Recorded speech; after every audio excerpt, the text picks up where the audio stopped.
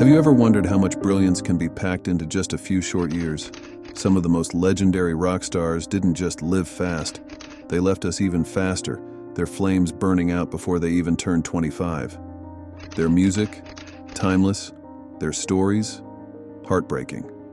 From stage-shaking performances to chart-topping anthems, they gave us everything in the blink of an eye, only to vanish far too soon. Today, we're paying tribute to legendary rock stars who left us before turning 25. This is just part one of a series honoring those who left us way too early.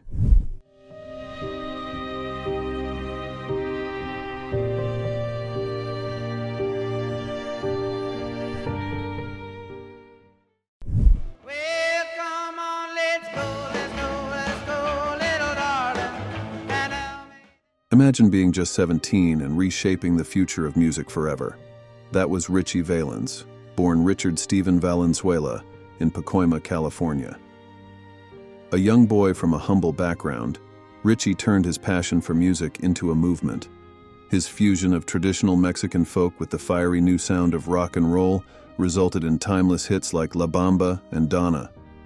He was a trailblazer, breaking cultural barriers and becoming the first Mexican-American rock star in history. On February 3, 1959, Richie's life ended in a tragic plane crash. He was just 17. Yet, his influence endures, paving the way for generations of Latino artists and cementing his legacy in the Rock and Roll Hall of Fame. Richie, your voice may have been silenced, but your music will echo in our hearts forever. And just as Richie's music crossed borders, our next story takes us across the Atlantic to the British folk rock scene, where another young talent left an unforgettable legacy.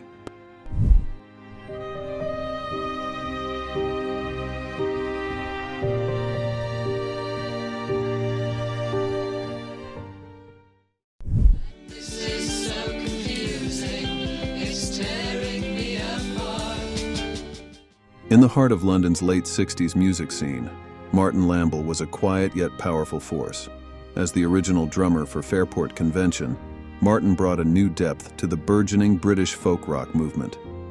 His intricate rhythms on albums like Unhalf-Bricking and What We Did on Our Holidays showcased his musical maturity far beyond his years. But tragedy struck on May 12, 1969. After a show in Birmingham, the band was driving back to London when their van crashed on the M1 motorway. The vehicle overturned and Martin, along with Jeannie Franklin and Richard Thompson's girlfriend, lost their lives. Martin was only 19 years old. Though his time was brief, Martin's contributions laid the foundation for the British folk rock movement, influencing countless musicians who followed.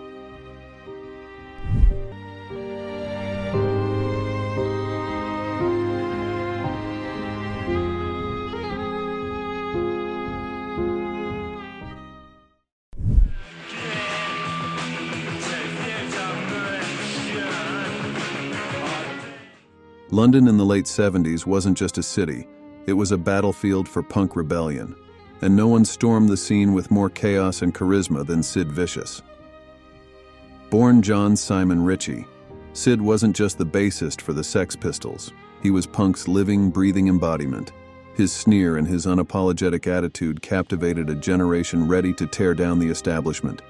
But Sid Vicious's life was just as messed up as his death.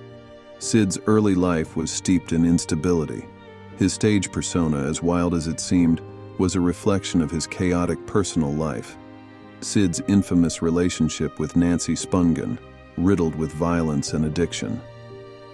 In 1978, Nancy was found dead from a stab wound in a New York hotel room, a crime Sid was charged with but never stood trial for, due to his untimely death.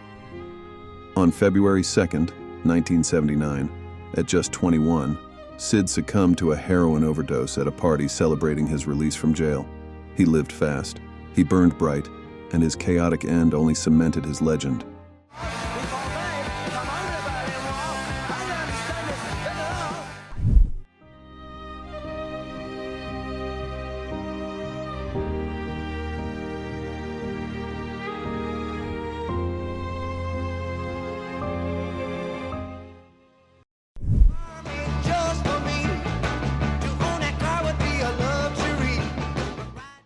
If Teenage Rebellion had a soundtrack, Eddie Cochran wrote it.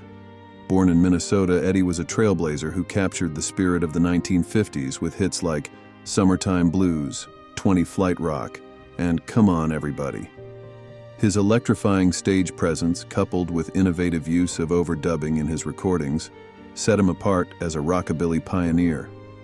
Tragically, while touring England in April 1960, Eddie's life was cut short in a car crash. He was only 21. His untimely death stunned the music world, but his legacy lives on in the countless artists inspired by his groundbreaking work. Eddie, though your voice has been silenced, the spirit of youth that you captured in your music will never fade. Well, I gotta get with a record machine when it comes to rock and she's...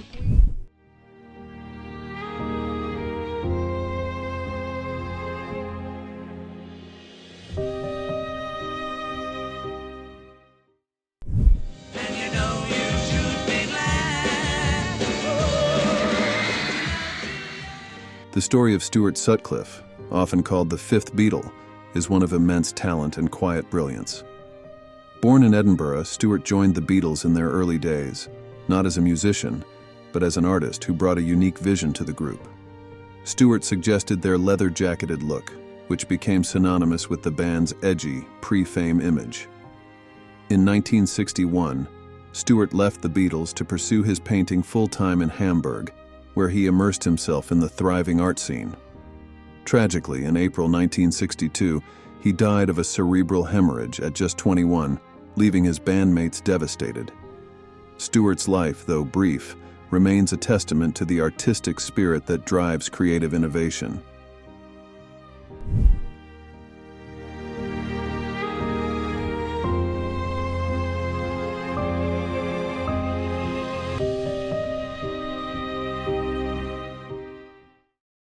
Walking in the sand, walking hand in hand.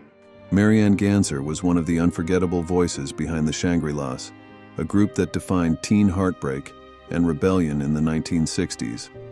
Alongside her twin sister Marge and lead singer Mary Weiss, Marianne brought raw emotion to iconic hits like Leader of the Pack and Remember Walking in the Sand. Their music wasn't just catchy, it told stories of forbidden love and the highs and lows of adolescence.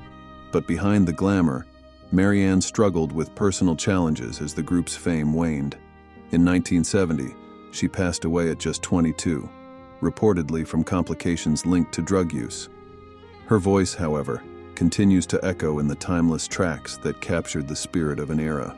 Marianne, your voice is still alive, carrying the emotions of a generation that will never forget you.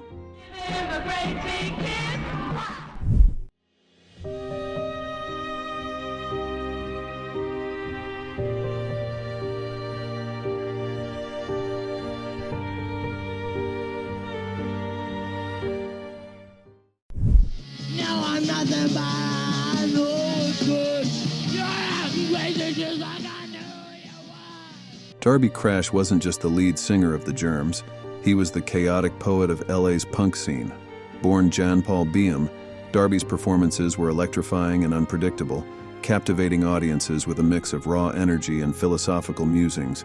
Influenced by the nihilism of Nietzsche and the chaos of punk ethos, Darby carved out a space where intellect and anarchy collided, but his life was as tumultuous as his music. By December 7, 1980, at just 22, Darby succumbed to a heroin overdose. His tragic end mirrored the intensity with which he lived, leaving fans mourning the loss of a talent taken too soon. Darby, your flame burned bright, leaving a trail of inspiration for generations of punk musicians. Upon these terms, you are consenting to being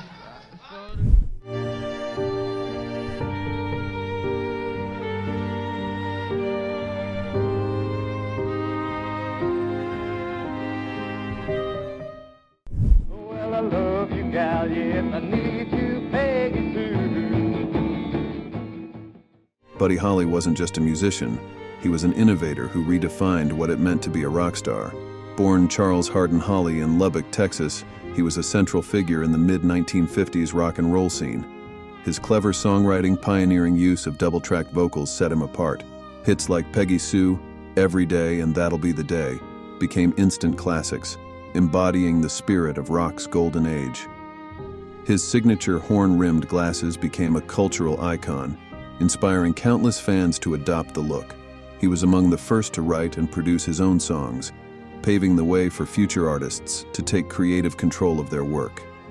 Tragically, on February 3, 1959, Holly's life was cut short in a plane crash, a day forever remembered as the day the music died. He was just 22. Despite his brief career, Holly's innovative approach to music and his distinctive style left an indelible mark on the industry.